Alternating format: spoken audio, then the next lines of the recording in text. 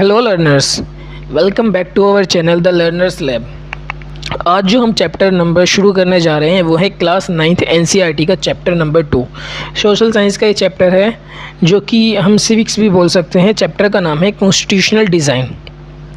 इसमें हम पढ़ने वाले हैं कि कॉन्स्टिट्यूशन क्या होता है, what is constitution, why do we need a constitution, हमें ज़रूरत क्या होती है संविधान की, how are the constitution drawn up, कैसे हम अपने देश के संविधान को बनाते हैं, कौन बनाते हैं और इसमें ऐसी क्या चीज़ होती है, क्या खासियत होती है, क्या क्या वैल्यूज़ होनी चाहिए जिससे हम एक कॉन्स्टिट्यूशन को बना सकें।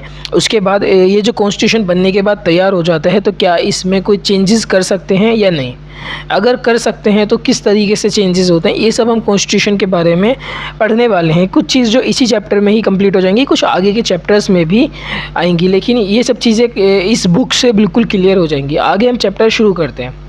उससे पहले हम एक छोटी सी स्टोरी को हमें जानना बहुत ज़्यादा ज़रूरी है जो कि साउथ अफ्रीका की है।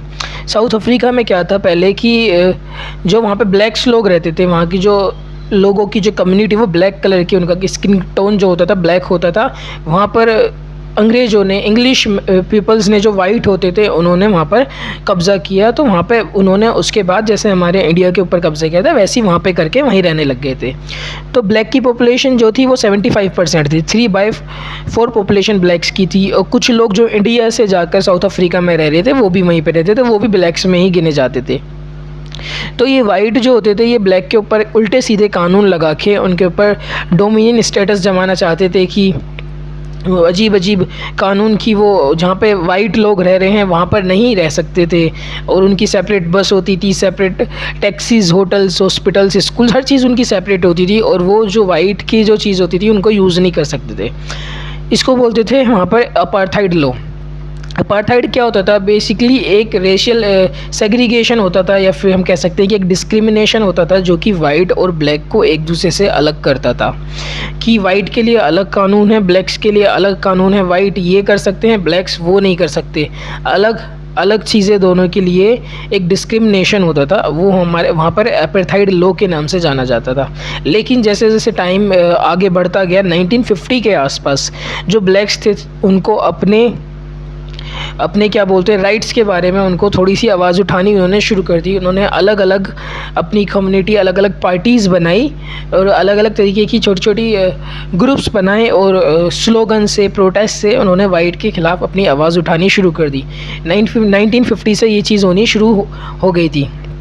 तो एक अफ्रीकन नेशनल कांग्रेस क्या था कि जितने भी छोटे मोटे ग्रुप्स थे, लेबर्स वगैरह के जो ग्रुप्स वगैरह थे, वो सब एक जगह सेग्रीगेट होकर उनको एक नाम दिया गया, अफ्रीकन नेशनल कांग्रेस, जो कि अब एक ग्रुप में एक बड़े लेवल पे वाइट के अगेंस्ट में, अपार्थाइड लॉ के अगेंस्ट में आवाज़ उठा रही थी।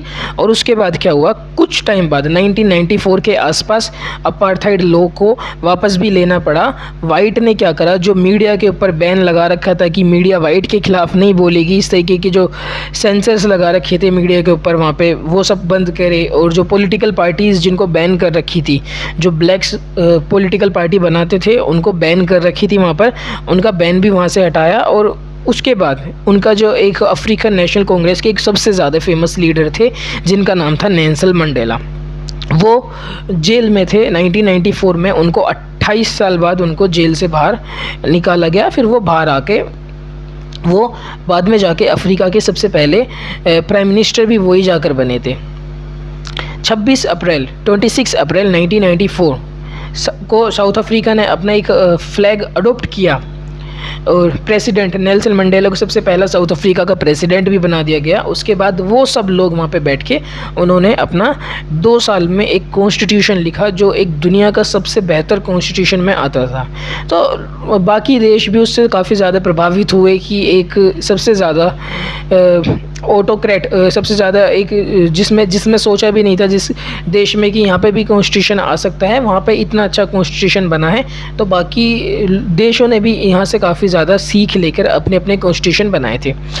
अब प्रियम्बल क्या होता है, प्रियम्बल होता है कॉन्स्टिट्यूशन का एक इंडेक्स। जैसे हम बुक को खोलते हैं, सबसे पहले पेज में क्या होता है, लिखा होता है कि इस बुक्स के अंदर क्या है, चैप्टर 1 ये है, चैप्टर 2 ये है, ऐसे पूरी बुक्स का लिखा होता है शुरू से आखिर तक।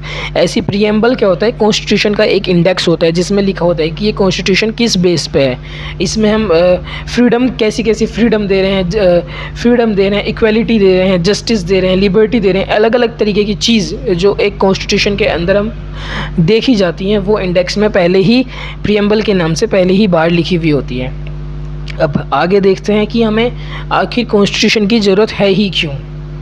कॉन्स्टिट्यूशन से क्या होता है कि जो अलग अलग तरह के लोग एक साथ रहते हैं, अब कोई एक धर्म से है, कोई दूसरे धर्म से है, कोई कुछ करता है, कोई कुछ करता है, किसी के कुछ बिलीफ्स हैं, किसी के कुछ बिलीफ्स हैं, उनमें आपस में रहने के लिए एक ट्रस्ट होना बहुत ज़रूरी है।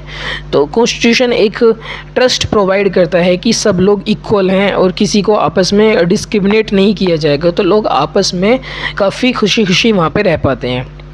सेकंड जो है इसका कॉन्स्टिट्यूशन हमको क्या फ़ायदा देता है, सेकंड है कि गवर्नमेंट कैसे बनेगी, वोटिंग से बनेगी, वोटिंग किस तरह से होंगी, पूरे जो कंट्री है कॉन्स्टिट्यूएंसीज़ में डिवाइड होगा, छोटे छोटे पार्ट्स में डिवाइड होगा, वहाँ से एक इलेक्शन में कोई उठेगा, वो सब मिलके एक हेड बनेगा पूरे कंट्री का। ये सब कौन प्रोवाइड कर रहा है, ये सब सिस्टम कौन दे रहा है, एक कॉन्स्टिट्यूशन ही तो दे रहा है।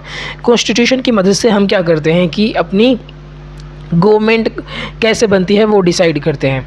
अब गवर्नमेंट बनने के बाद वो कुछ भी कर सकती है, किसके ऊपर, जो लोग हैं उनके ऊपर कैसे कानून बनाएगी। कई ऐसे कानून ना हो कि किसी एक रिलीजन को उससे नुकसान हो, कोई ऐसा कानून ना हो किसी एक छोटी माइनॉरिटी को उससे नुकसान हो, या फिर एक मेजॉरिटी को ही उससे फ़ायदा हो, या फिर जो प्रेसिडेंट जिस रिलीजन से बना हुआ है वो अपने रिलीजन को ही कुछ फ़ायदा करे, ऐसा नहीं। कॉन्स्टिट्यूशन क्या करता है कि एक ऐसे लॉ बनाता है जो गवर्नमेंट को बताते हैं कि किस तरीके से तुमको काम करना है, किस तरीके से तुमको चीज़ें आगे लॉज वगैरह बना के लोगों के सामने रखने हैं। लिमिट्स, अब तीसरा जो पॉइंट है, lays down limits on government. Constitution क्या करता है, कॉन्स्टिट्यूशन गवर्नमेंट के ऊपर भी कुछ लिमिट्स लगा देता है कि गवर्नमेंट इतना कर सकती है, ये नहीं कर सकती, ये कर सकती है, इस तरीके की कोई एक लिमिट गवर्नमेंट को प्रोवाइड करता है। वो एक कॉन्स्टिट्यूशन की वजह से ही होता है। जो कॉन्स्टिट्यूशन को अबाइड करता है या फिर उसको नहीं मानता, तो उसको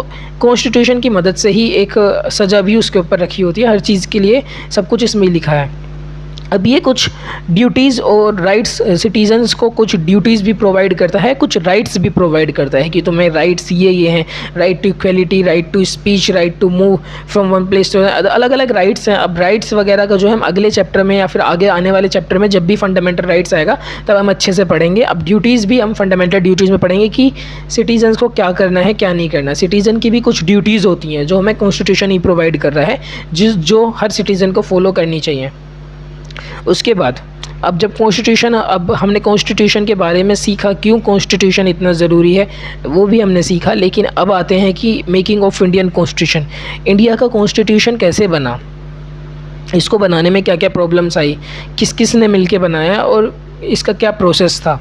सबसे पहले जब इंडिया हमारा आज़ाद हुआ था, इंडिपेंडेंस मिली थी 15 अगस्त 1947, उस टाइम पे क्या था कि एक तो सबसे बड़ी प्रॉब्लम तो ये थी कि बहुत सारे अलग अलग किस्म के लोग हैं इंडिया में, अलग अलग रिलीजन हैं, अलग अलग कास्ट हैं, बहुत सारे डाइवर्सिटीज़ बहुत हैं, अलग अलग लैंग्वेज हैं।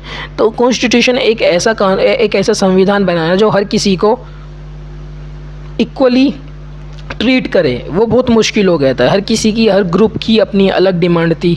कोई कहता था कि हमें अपने लैंग्वेज के बेस पे अपनी स्टेट अलग चाहिए, कोई कहता था हमको किसी और चीज़ के बेस पे, अलग अलग तरीके की चीज़ें निकल के आ रही थी। तो जो कॉन्स्टिट्यूशन बनाने के लिए जो लीडर्स वगैरह थे उनको काफ़ी प्रॉब्लम आ रही थी। दूसरी प्रॉब्लम ये भी थी कि उस टाइम पे पार्टीशन हो गया था, तो तकरीबन 10 लाख लोग तो इधर उधर जाने में ही मर गए थे, काफ़ी मारकाट हो गई थी, तो ये भी एक प्रॉब्लम थी। और तीसरी क्या थी कि प्रिंसली स्टेट्स क्या थी, जैसे हमारा हैदराबाद हो गया, वो क्या थे, वो कभी भी अंग्रेज़ों के गुलाम नहीं थे, वो प्रिंसली, उनमें राजा का ही शासक था, राजा ही अपना रूल कर रहा था और एक पेंशन के तौर पे ब्रिटिशर्स को कुछ पैसे दे देता था। तो इस वजह से ब्रिटिशर्स ने कभी भी उनके ऊपर राज नहीं करा। तो ब्रिटिशर्स ने उनसे कहा कि तुम जहाँ पे जाना चाहो, या तो इंडिया में ज्वाइन हो जाओ या फिर पाकिस्तान में ज्वाइन हो जाओ, अगर इंडिपेंडेंस अपना अलग ही एक कंट्री बनाना चाहो तो वो भी बना सकते हैं। तो ये बहुत मुश्किल था कि जितनी प्रिंसली स्टेट्स हैं सबको एक जगह पे, सबको इंडिया के अंदर ज्वाइन करना, क्योंकि कुछ थी वो चाहती थी कि हम इंडिपेंडेंट रहें, कुछ थी वो पाकिस्तान में जाना चाहती थी। तो ये भी बहुत बड़ी प्रॉब्लम थी उस टाइम पे। लेकिन अब ये सब एक कॉन्स्टिट्यूशन बनाने के लिए उस टाइम पर एक कॉन्स्टिट्यूएंट असेंबली बनाई गई। कॉन्स्टिट्यूएंट असेंबली क्या, एक ऐसी असेंबली जहाँ पर कुछ लोग बैठकर क्या करेंगे, कॉन्स्टिट्यूशन को बनाएंगे, डिस्कस करेंगे कि हमारा कॉन्स्टिट्यूशन कैसा होना चाहिए। उसके बाद एक पूरा एक बुक के तौर पर पूरी एक बनाकर रखेंगे, जो कि आगे जाकर हमारे देश में एक कॉन्स्टिट्यूशन की तरह, एक कानून की तरह एक लागू हो जाएगा। तो ये असेंबली कब बनाई गई? जुलाई 1946 में ये असेंबली बनाई गई, जिसमें 299 मेंबर्स थे। इलेक्शन करवाया था, जो इलेक्शन में जीते थे उनको कॉन्स्टिट्यूएंट असेंबली में ले लिया गया था। उसके बाद पहली मीटिंग कब होती है इनकी? दिसंबर 1946 में कॉन्स्टिट्यूएंट असेंबली की पहली मीटिंग होती है। फिर इन्होंने वहाँ पर बैठ के बात करी और आपस में एक दूसरे जो लीडर्स थे सबकी राय ली, कोई क्या बोलता है कोई क्या बोलता है। काफ़ी ज़्यादा मीटिंग्स हुई, बहुत सारी मीटिंग्स हुई। उसके बाद 2 साल 11 महीने 18 दिन में हमारा कॉन्स्टिट्यूशन जाकर तैयार हो गया। किस तारीख को तैयार हुआ? 26 नवंबर 1949 को हमारा कॉन्स्टिट्यूशन तैयार हो गया था। लेकिन ये लागू कब हुआ, ये फोर्स में कब आया, एक्शन में कब आया? 26 जनवरी 1950 को ये एक्शन में आ गया था। तब से आज तक हमारे देश में ये कानून चलता आ रहा है।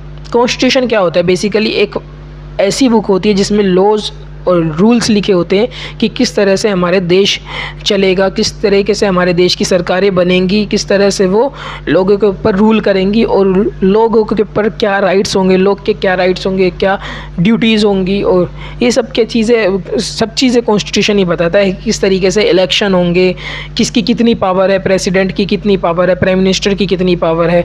इसमें अलग अलग आर्टिकल्स होते हैं कि एक चीज़, सुप्रीम कोर्ट, हाई कोर्ट, हर चीज़ कैसे चलेगा, कितने दिन के लिए सुप्रीम कोर्ट का जज होगा, कितनी उसकी लिमिट होगी, कैसे जज बनेंगे, कैसे प्राइम मिनिस्टर बने। हर प्रोसेस, पूरा जो सिस्टम होता है हमारे देश का, वो एक कॉन्स्टिट्यूशन में ही लिखा होता है, वही चलाते हैं ये सब चीज़ें।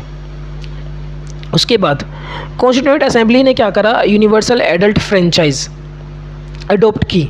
यूनिवर्सल एडल्ट फ्रेंचाइज का मतलब क्या है कि जितने भी लोग होंगे, ऐसा नहीं पहले क्या था कि जो मालदार हैं सिर्फ वही वोट देंगे, या फिर जो आदमी हैं सिर्फ वही वोट देंगे, फीमेल्स वोट नहीं देंगी, पढ़े लिखे वोट देंगे, अनपढ़ वोट नहीं देंगे, जिसके पास ज़्यादा ज़मीन है वो वोट देंगे, जिसके पास कम ज़मीन है वो वोट नहीं देंगे। नहीं, ऐसा नहीं।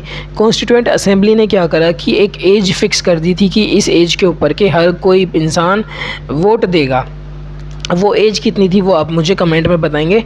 उसके बाद राइट टू फ्रीडम, लोगों के पास फ्रीडम का राइट दिया कि ये लोगों के पास फ्रीडम ऑफ स्पीच है, फ्रीडम ऑफ मूवमेंट है, फ्रीडम ऑफ अलग अलग तरीके की फ्रीडम है। फ्रीडम ऑफ रिलीजन है, कोई रिलीजन चाहे वो अपना रिलीजन अपना सकते हैं, जो कुछ बोलना चाहें वो बोल सकते हैं। उनके पास मीडिया के पास पूरी फ्रीडम है, कोई भी किसी के ऊपर रुकावट नहीं है, सब अपने व्यूज़ रख सकते हैं। हाँ, बस उनके व्यूज़ दूसरे किसी इंसान को, किसी के सेंटिमेंट्स को हर्ट नहीं करने चाहिए। इक्वलिटी, हर चीज़ में लोगों के पास इक्वलिटी है। ऐसा नहीं किसी को एक को ही ज़्यादा मौके मिल रहे हैं, किसी के पास इक्वलिटी कम है, ऐसा बिल्कुल भी नहीं होता। उसके बाद माइनॉरिटी राइट्स, जो माइनॉरिटीज़ हैं, ऐसे रिलीजन, ऐसे कास्ट जो जिनकी तादाद बहुत कम है, उनको कुछ राइट्स जो शुरू से ही डिप्रेस्ड रहे हैं, मतलब जो अपर कास्ट हैं या फिर जो ज़्यादा मेजॉरिटी वाले रिलीजन्स हैं, उन्होंने कुछ थोड़ा सा उनको ओप्रेस्ड कराया है। तो उनके लिए कुछ ऐसे राइट्स जो उनको आगे चल के काफ़ी उनको इक्वल बनने में काफ़ी हेल्प करें, ऐसे माइनॉरिटी राइट्स भी कुछ बनाए, जैसे कि हमारे देश में रिजर्वेशन ही मान लो।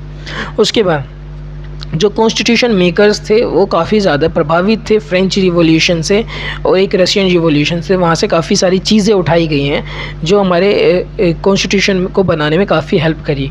और जो कॉलोनियल रूल्स, जब ब्रिटिशर्स ने हमारे ऊपर रूल करा था, उन्होंने भी कुछ लॉज बनाए थे जिसमें काफ़ी चीज़ें पॉजिटिव भी थी जो हमारे काम में आने वाली थी।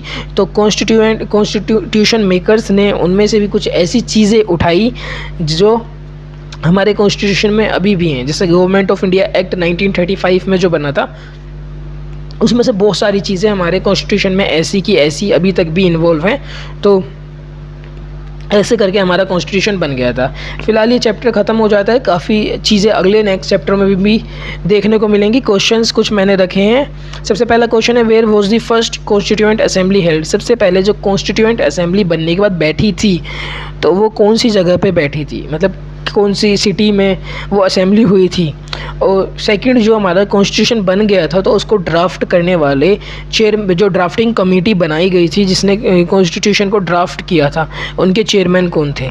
ये 2 क्वेश्चन के आंसर अभी कमेंट में दीजिए। तब तक के लिए, अगली वीडियो तक के लिए bye. Thank you so much. Channel को लाइक एंड सब्सक्राइब ज़रूर करें।